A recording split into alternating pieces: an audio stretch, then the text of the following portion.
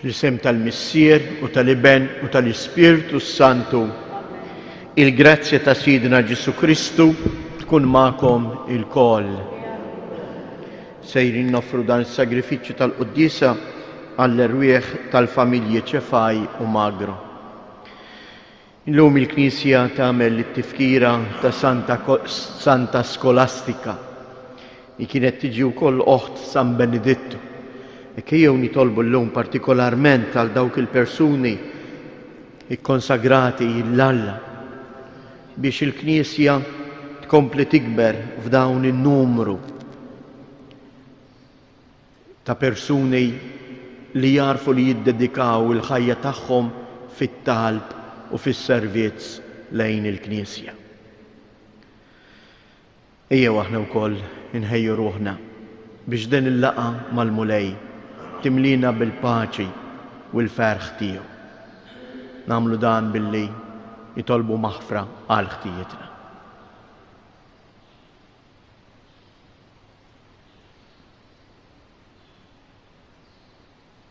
Mulej ħniena, Kristu ħniena, mulej ħniena. Iħenna lina Alla li jista' kollox jaħfrilna dnubietna u jwassalna għal ħajja ta' dejjem. Nitolbu. Aħna niċċelebraw it-tifkira tal-Verġni Santa Skolastika għamil mulej li nitalmu minna biex naqduk bimħabba sħiħa u hekk ikun jisħoqilna li tfawwarna bilena ta' imħabtek. Bibnek Ġesu Kristu Sidna li hu Alla u li miegħek wisaltan flimkien mal-Spiritu Santu għal dejjem ta' dejjem.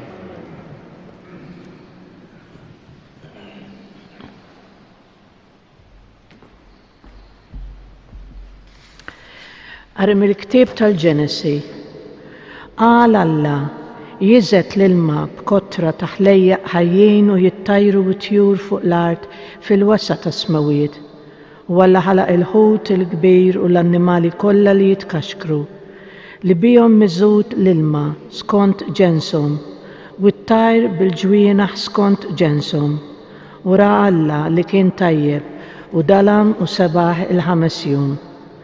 Għal Alla ħadd nissel l-art ħlejja ħajja skont ġensom, bejjem tad-dar annimali li jitkaxkru u bejjem selvaġġi skont ġensom. U hekk sar. U għamel Alla l-bejjem selvaġġi skont ġensom u l-bejjem tad-dar skont ġensom u l-ħlejja kollha li jitkaxkru fuq l-art skont ġensom. U ra Alla li kien tajjeb. Għal Alla ħanamlu l-bniedem fuq is-sura u xbija tagħna u jaħkmu fuq il-ħut tal-baħar u fuq it-tajr tal-ajru, fuq il-bejjem tad-dar u fuq il-bejjem selvaġġi u fuq il-ħlejja li jitkaxkru fuq l-art. U Alla ħalaq il-bniedem fuq xbijietu, fuq xbija Alla ħalqu, raġel u mara ħalaqhom. U berikhom Alla u qalilhom nislu u oktru u imlew l-art u aħkmuha u saltnu fuq il-ħut tal-baħar u t-tajr tal-ajru u l-ħlejjaq kollha li jitkaxkru fuq l-art. U qal Alla, araw, jien tajtkom il-ħaxix kollu li jagħmel iż-żerrija fuq wiċċ l-art u s-siġar kollha li jagħmlu l-frott biż-żerrija. Dawn kollha ikunu Alla għajxien tagħkom. U l-bejjem kollha selvaġġi u t-tajr kollu tal-ajru u l-ħlejjaq kollha li jitkaxkru fl-art li fihom nifs il-ħajja nagħtihom il-ħaxix kollu waħdar għall-għajxien tagħhom. U hekk sar. U ħares Alla lejn kull ma kien għamel u wara kollox kien tajjeb ħafna u dalam u sebaħ is-6 jum. U hekk intemmu s-sema u l-art bit-tagħmir kollu tagħhom u fis-7 jum Alla temm ix-xogħol tiegħu kollu li kien għamel u waqaf fis-7 jum mix-xogħol tiegħu li kien għamel. U bierak Alla is-7 jum u qadsu għax fih waqaf mix-xogħol kollu tiegħu li kien għamel fil-ħolqien. Dan hu nisel is-sema u l-art fil-ħolqien tagħhom. Il-kelma tal-mulej. Mulej Sid tagħna kemm hu kbir ismek fl-art kollha. Mulej Sid tagħna kemm hu kbir ismek fl-art kollha. Inħares lejn is-smawijiet emil subajk, il-qamar u l-kwiekeb li jient qed fihom. X'inhu l-bniedem biex tiftakar fih, bin il-bniedem biex taħseb fih. Mulej is-sit tagħna kemm hu kbir ismek fl-art kollha. Ftit inqas mill-Allat għamiltu, bis-sebħ u l-ġmiel żejjintu, qedtu fuq l-emejjel kollha ta' idejk. Mulej is-sit tagħna kemm hu kbir ismek fl-art kollha. Kollox taħt riġlejh qetlu, in-naċ u l-baqar kollha, sal-bejjem tax-xari, l-għasafar tal-ajru u l-ħut tal-baħar, dak kollu li jterraq fil-baħar. Mulej is-sit tagħna kemm hu kbir ismek fl-art kollha. Alleluja, alleluja. Iġbid li qalbi mulej lejn il-proċetti tiegħek, għatini fit-tjubitek il-liġi tiegħek. Alleluja.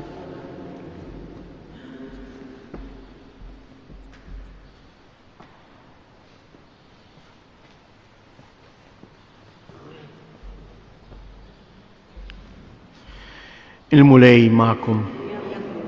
Qari mill-Evanġelju skont San Mark. F'dak iż-żmien, il-Fariżej u xi ħut mill-kittieba li ġew minn Ġerusalemm inġabru ħdejn Ġesu u raw li xi ħut mid-dixxipli tiegħu kienu qegħdin jieklu b'idejhom mhumiex indaf, jiġifieri mhumiex maħsulejn. Għax il-Fariżej u l-Lut kollha biex iħarsu it-tradizzjoni ta' missierjietom ma jmissux l-ikel qabel ma jkunu ħasslu idejhom sewwa. Hekk ukoll wara li jerġgħu lura mis-suq ma jiklux jekk ma jinħasslux u għandhom bosta drawwiet oħra li baqgħu marbutejn magħhom minn żmien għal ieħor bħalma huma l-ħasil tat-tazzi u tal-buqari tal-ktieli tal-brons. Mela il-Fariżej u l-kittieba staqsewh: dan għala id-dixxipli tiegħek ma jġibux ruħhom skont it-tradizzjoni ta' missierjietom imma jieklu b'idejhom mhumiex indaf? Iżda hu weġibhom: sewwa ħabbar Iżajja fuqkom, ja nies ta' bwieġb ieħor, bħalma hu miktub: dan il-poplu biex xuftejn biss jagħtini ġieħ, imma qalbhom hija il-bogħod minni. Fieha hi il-qima li jagħtuni, jgħalmu dottrina li mhijiex għaj preċetti tal-bnedmin. Hekk intom twarbu il-kmandamenti ta' Alla biex tħadnu it-tradizzjoni tal-bnedmin. U qalilhom: ħelu, iġġibu fix-xejn il-kmandamenti ta' Alla biex tħarsu it-tradizzjoni tagħkom. Mose qal: weġġaħ lil missierek lil ommok, u min iżeblaħ lil missieru jew l-ommu għandu jieħu l-mewt. Imma intom tgħidu: jekk wieħed jgħid lil missieru jew l-ommu: il-ġid li għandi li jista' jkun ta' għajnuna għalik huwa qurban, jiġifieri offerta lil Alla, intom imbagħad ma tħallu jagħmel xejn iżjed għal missieru jew ommu. Hekk ġibu fix-xejn il-kelma t'Alla bit-tradizzjoni li tgħaddu minn ġenerazzjoni għall-oħra u bosta ħwejjeġ oħra bħal dawn tagħmlu. Il-kelma tal-mulej.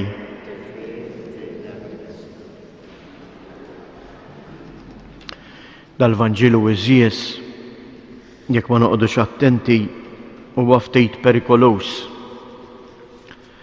Għaliex huwa faċli naħslu idejna minnu u ngħidu dak Lut qed jgħid mhux qed jgħidu għalina.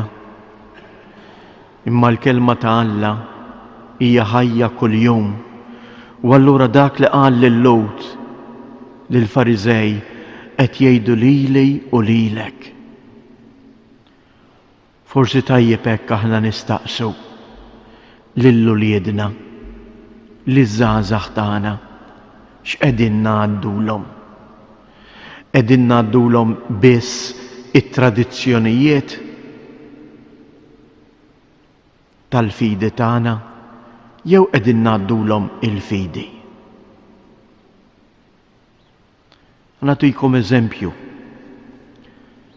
Jien nista' nagħallem il-uliedi jixelu x-xemat quddiem il-kwadru tal-qaddisejn tal-Madonna. Ipoġġula l-fjuri. Xi ħaġa sabiħa. Imma xi ħaġa wisq isbaħ. Il-uliedi qed nagħallimhom jitolbu. Qed nagħallimhom jgħidu t-talba tar-Rużarju. Qed nagħallimhom li jkun hemm jażlu huma wkoll mumenti fil-ħajja tagħhom fejn jiftħu qalbhom ma' Alla. Qed nagħallimhom li l-qudiesa tal-ħadd ma jarawiex qisha xi ħaġa ta' bil-fors għax trid tobdi l-liġi, imma ngħinhom jarawha bħala għażla fundamentali għal ħajjithom biex huma jikbru fil-paċi mal-Mulej. Ejjew nitolbu l-Mulej biex jgħallimna nożżu tassew il-fidi tagħna. Ejjew nitolbu fuqna, fuq uljedna, fuq iż-żgħażagħ tagħna l-Ispirtu tal-Mulej. Ejjew ma nkunux aħna li nfaħru lil Alla biss bix-xuftejn. Imma mbagħad inwarbu il-kelma tiegħu. Ikun infaħħar Ġesu Kristu.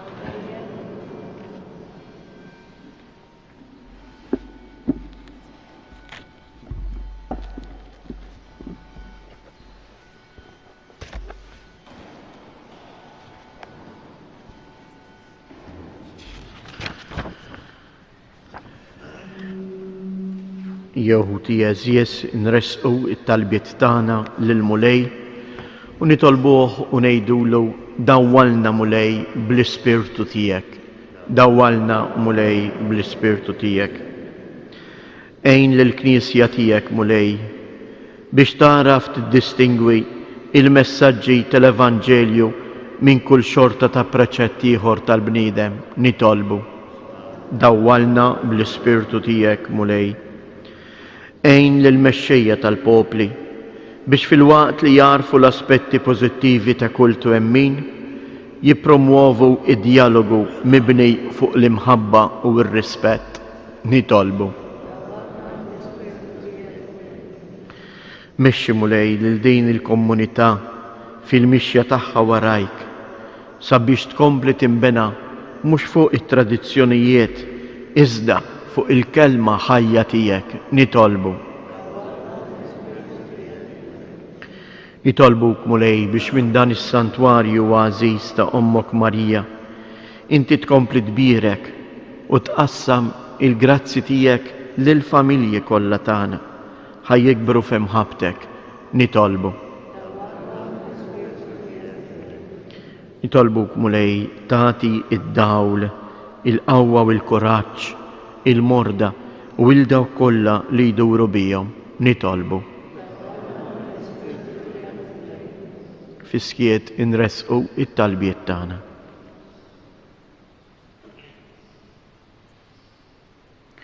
U Alla li tista' kollox ilqa' dawn it-talbiet li qegħdin nagħmlulek. Naddaf lil qlubna minn kull ħażen biex it-talba tagħna issir toġbok bi Kristu Siedna.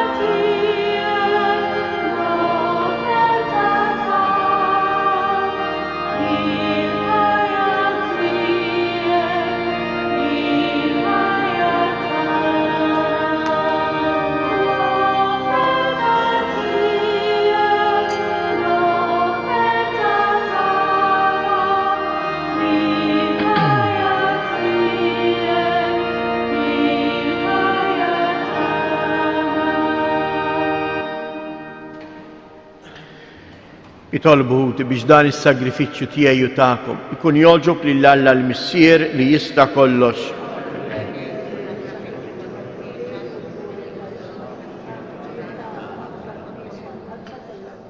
Il-qamulej il-qima li qegħdin natuk fit-tifkira tal-Verġni Santa Skolastika u bil-qawwa tal-vittma bla teba li aħna sejrin nofrulek f'dan is-sagrifiċċju għamel li nitħeġġu bla qiegħda quddiemek bimħabba, bil-qalb u qaddisa bi Kristu Siedna. Il-mulej magħkom, nerfgħu qlubna il fuq, niżżuħajr lill-mulej Alla tagħna. Sewwa u xieraq tas-sew mulej Missier Qaddis, Alla ta' dejjem li tista' kollox, tajjeb u taġi tas-salvazzjoni tagħna li dejjem u kullimkien inroddulek ħajr. Għax fil-qaddisin li konsagraw ruħhom għal Kristu minħabba is-saltna tas-smewwiet jixraq infaħru lilek għal providenza tiegħek tal-għaġeb.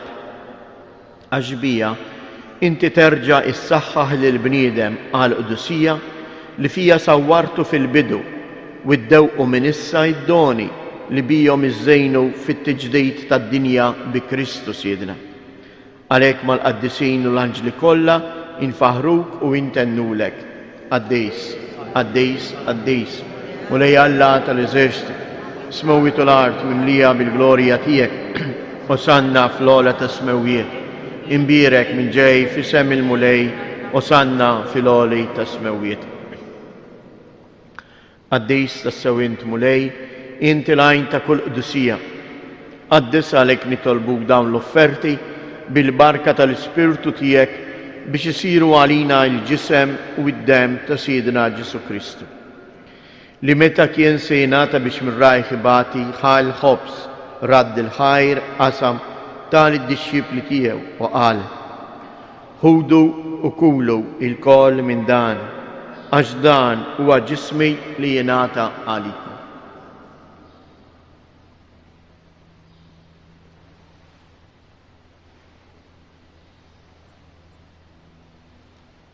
Ekku koll wara li tlaħa l-kalċi, reġa' radd il-ħajr tal id-dixxipli tiegħu u qal: ħudu u xorbu minnu il-koll, għax dan huwa l-kalċ ta' demmi tal-patt il-ġdid li jibqa' għal dejjem. Id-dem li jxerret għalikom u għall-bnedmin kollha għal maħfra ta' dnubiet. Għamlu dan tifkira tiegħi.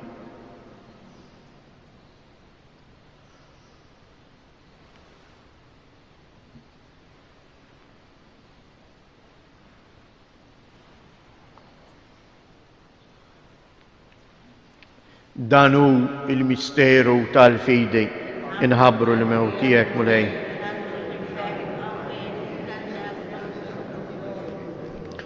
Għalhekk aħna nagħmlu dan tifkira tal-mewt u l-qawmien ta' Sidna Ġesu Kristu, nofrulek mulej il-ħobs tal-ħajja u l-kalċej tas-salvazzjoni u nroddulek ħajr għaliex ogħġbok tilqana hawn quddiemek biex naqduk. U miċ-ċokon tagħna nitolbu lill-Ispirtu Santu jaqgħadna f'ġisem wieħed lilna li nieħdu semm il-ġisem u d-dem ta' Kristu. Ftakar mulej fil-Knisja tiegħek imxerda mad-dinja kollha u ittaqa' fl-imħabba flimkien mal-Papa Franġisku, mal-Isqof tagħna Anton, mal-Isqfijiet u mal-Ministri kollha tiegħek. Ftakar ukoll f'ħutna li raqdu bit-tama tal-qawmien. Ftakar fil-mejtin kollha. Daħħalhom quddiemek fid-dawl tas-sebħ tiegħek. Ħenna lina l-koll nitolbuk. Għati lilna wkoll il-wirt tal-ħajja ta' dejjem flimkien mal-Verġni mqazza Malla Marija, ma' San Ġusepp, l-Apostli u l-Qaddisin kollha li jgħixu fil-ħbiberija tiegħek sa mill-bidu tad-dinja. Għamel li magħhom infaħruk u nsebħuk b'Ġesu Kristu ibnek.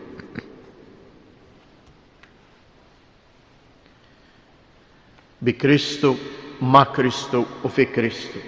Jingħata lilek Alla Missier li tista' kollox flimkien mal-Ispirtu Santu kull ġieħ u glorja għal dejjem ta' dejjem. Ejjew nitolbu kif għallimna u ridna nagħmlu li bent Alla għas-salvazzjoni tagħna. missierna li inti fis-smawiet, jitqaddes ismek, tiġi saltnatek, ikun li trittient kif is-sema ekda fl-art. Ħobżna ta' kuljum atina llum, aħfrilna dnubietna bħalma naħfru lil min ħati jarina u la ddaħħalniex fit-tiġrib iżda eħlisna mid-deni. Eħlisna nitolbuk mulej minn kull deni. Atina fit-tieba u l-ħnina tiegħek il-paċi fi żmienna biex inkunu ħielsa dejjem midnub u imħarsa minn kull inkwiet. Aħna u nistennew u nittamaw ilejna u l-miġja tas-Salvatur tagħna Ġesu Kristu. Mulej Ġesu Kristu, li jett l-apostli tiegħek inħallilkom isliem, natikom isliem tiegħi, la tħares lejn dnubietna, iżda ħares lejn il-fidi tal-Knisja tiegħek. Għatija isliem u laqda li jint trid fija, int li tgħix wis-saltan għal dejjem ta' dejjem. Il-paċi tal-mulej tkun dejjem magħkom. Għatu l-paċi lil xulxin.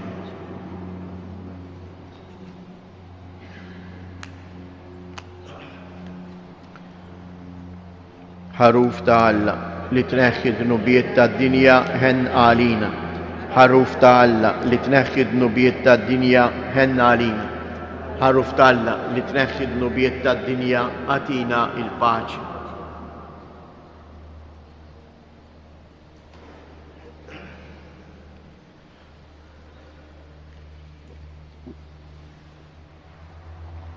Danu il-ħaruf ta' Alla, danu li jneħħi d-dnubiet tad-dinja, ħen jindawk li huma mistiedna għall-ikta tal-ħaruf.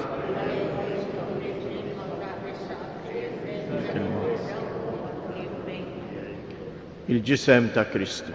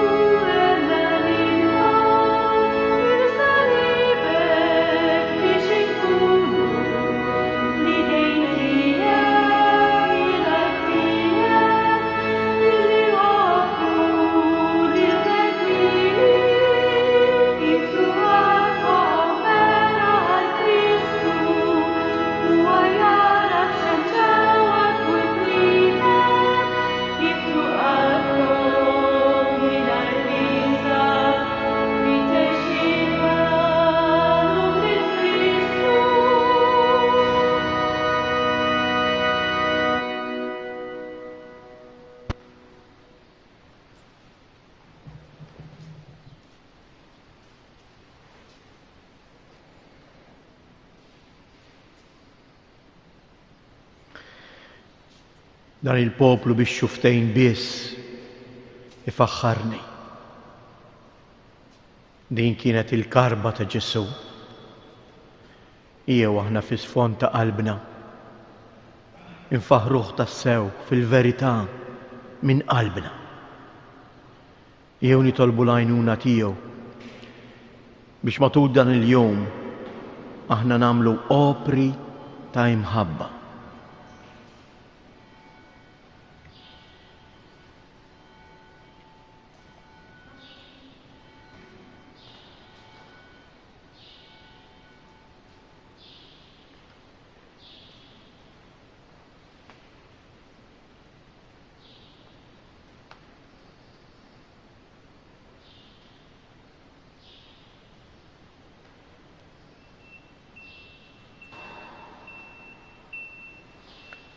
Nitolbu.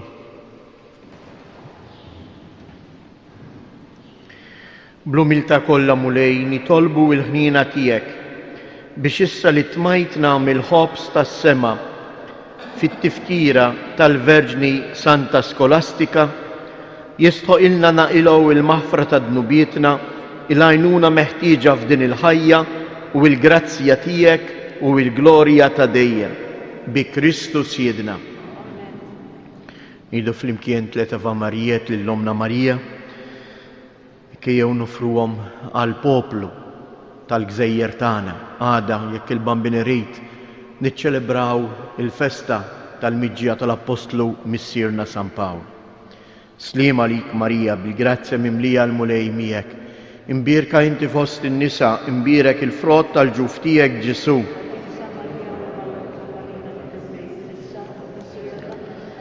Slim għalik Marija bil-grazzja mimlija l-mulej miegħek. Imbierka inti fost in-nisa, imbierek il-frott tal-ġuf tiegħek Ġesu.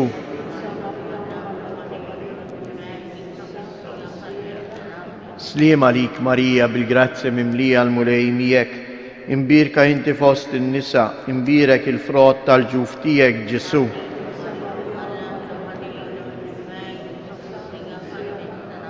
Madonna ta' Pinu, Sultana tal-familja, ħarstek fuqna dejjem żomm.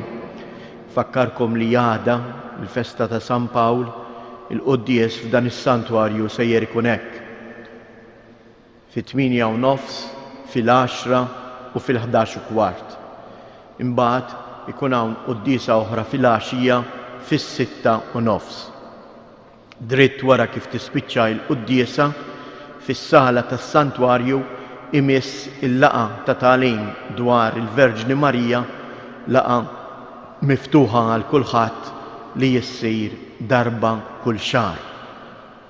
Jekk qatt ma ġejtek inħeġġek, ipprova nitgħallmu xi ħaġa sabiħa flimkien biex hekk ukoll id-devozzjoni u l-imħabba tagħna ma tkunx mibnija biss fuq it-tradizzjoni, imma tkun imsaħħa dejjem aktar fuq il-kelma ta' Alla. Il-mulej magħkom. Iberikkom Alla li jista' kollox, il-Missier, l-Iben u l-Ispirtu Santu. Morru u għejxu fil-paċi ta' Kristu.